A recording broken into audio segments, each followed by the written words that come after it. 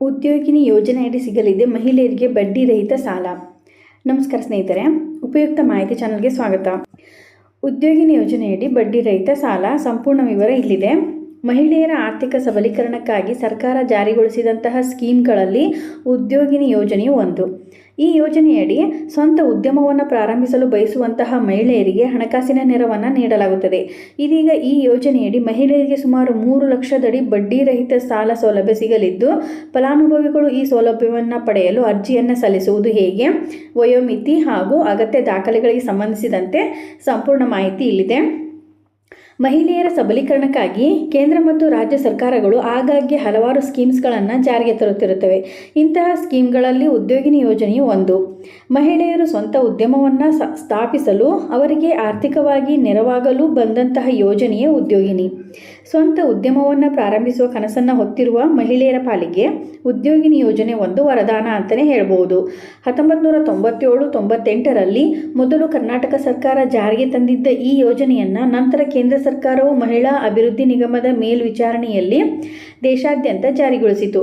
ಇದೀಗ ಯೋಜನೆಯಡಿ ಮಹಿಳೆಯರಿಗೆ ಸುಮಾರು 3 ಲಕ್ಷದಷ್ಟು ಬಡ್ಡಿ ರಹಿತ ಸಾಲ ಸೌಲಭ್ಯ ಸಿಗಲಿದೆ. ಈ ಯೋಜನೆಗೆ ಅರ್ಜಿ ಸಲ್ಲಿಸುವುದು ಹೇಗೆ, ಅಗತ್ಯ ದಾಖಲೆಗಳ ವಿವರ ಇಲ್ಲಿದೆ. ಕರ್ನಾಟಕ ಸರ್ಕಾರದ ಈ ಯೋಜನೆಯು ಆರ್ಥಿಕವಾಗಿ ದುರ್ಬಲ ವರ್ಗಕ್ಕೆ ಸೇರಿದ ಮಹಿಳೆಯರನ್ನು ಮೇಲೆತ್ತುವ ಮತ್ತು ಅವರಿಗೆ ಸ್ವಂತ ಉದ್ಯಮವನ್ನು ಸ್ಥಾಪಿಸಲು ಬೆಂಬಲ ನೀಡುವ ಉದ್ದೇಶವನ್ನು ಹೊಂದಿದೆ. ವಿಶೇಷವಾಗಿ ಈ ಯೋಜನೆಯನ್ನು ಸ್ವಂತ ವ್ಯಾಪಾರ ಉದ್ಯಮವನ್ನು ನಡೆಸಲು ಬಯಸುವ ಹೆಣ್ಣು ಮಕ್ಕಳಿಗಾಗಿ ರೂಪಿಸಲಾಗಿದೆ.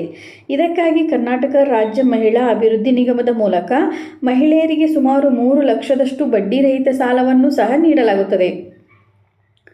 ಉದ್ಯೋಗಿನಿ ಯೋಜನೆಯಡಿ ಮಹಿಳೆಯರು ಬ್ಯಾಂಕ್ಗಳಿಂದ ರು1 ಲಕ್ಷದಿಂದ ರು3 ಲಕ್ಷಗಳವರೆಗೂ ಸಾಲವನ್ನು ಪಡೆಯಬಹುದು ಮತ್ತು ಸಾಮಾನ್ಯ ವರ್ಗದ ಮಹಿಳೆಯರಿಗೆ ಶೇಕಡ 30 ಮತ್ತು ಪರಿಶಿಷ್ಟ ಜಾತಿ ಮತ್ತು ಪಂಗಡದ ವರ್ಗದ ಮಹಿಳೆಯರಿಗೆ ಶೇಕಡ 50ರಷ್ಟು ಸಹಾಯಧನವನ್ನು ನೀಡಲಾಗುತ್ತದೆ. ಅರ್ಹತಾ ಮಾನದಂಡಗಳು ಮತ್ತು ಅಗತ್ಯ ದಾಖಲೆಗಳು. ಕರ್ನಾಟಕದ ಕಾಯಂ ನಿವಾಸಿಯಾಗಿರಬೇಕು. 18ರಿಂದ 55 ವರ್ಷದೊಳಗಿನ ಮಹಿಳೆಯರು ಅರ್ಜಿಯನ್ನು ಸಲ್ಲಿಸಬಹುದು.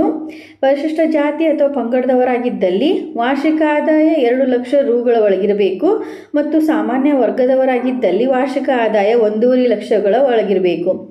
ಆಧಾರ್ ಕಾರ್ಡ್, ವಸತಿ ಪ್ರಮಾಣ ಪತ್ರ, ಮತದಾರರ ಗುರುತಿನ ಚೀಟಿ ಅಥವಾ ಪಡಿತರ ಚೀಟಿ, ಯೋಜನಾ ವರದಿ, ಫಲಾನುಭವಿಗಳ ಬ್ಯಾಂಕ್ ಖಾತೆಗೆ ಆಧಾರ್ ಸೀಡಿಂಗ್ ಕಡ್ಡಾಯವಾಗಿದೆ. ಇದೇ ರೀತಿ ಮಾಹಿತಿಗಾಗಿ ನಮ್ಮ ಚಾನಲನ್ನು ಸಬ್ಸ್ಕ್ರೈಬ್ ಆಗಿ ಮತ್ತು ಶೇರ್ ಮಾಡಿ. ಧನ್ಯವಾದಗಳು.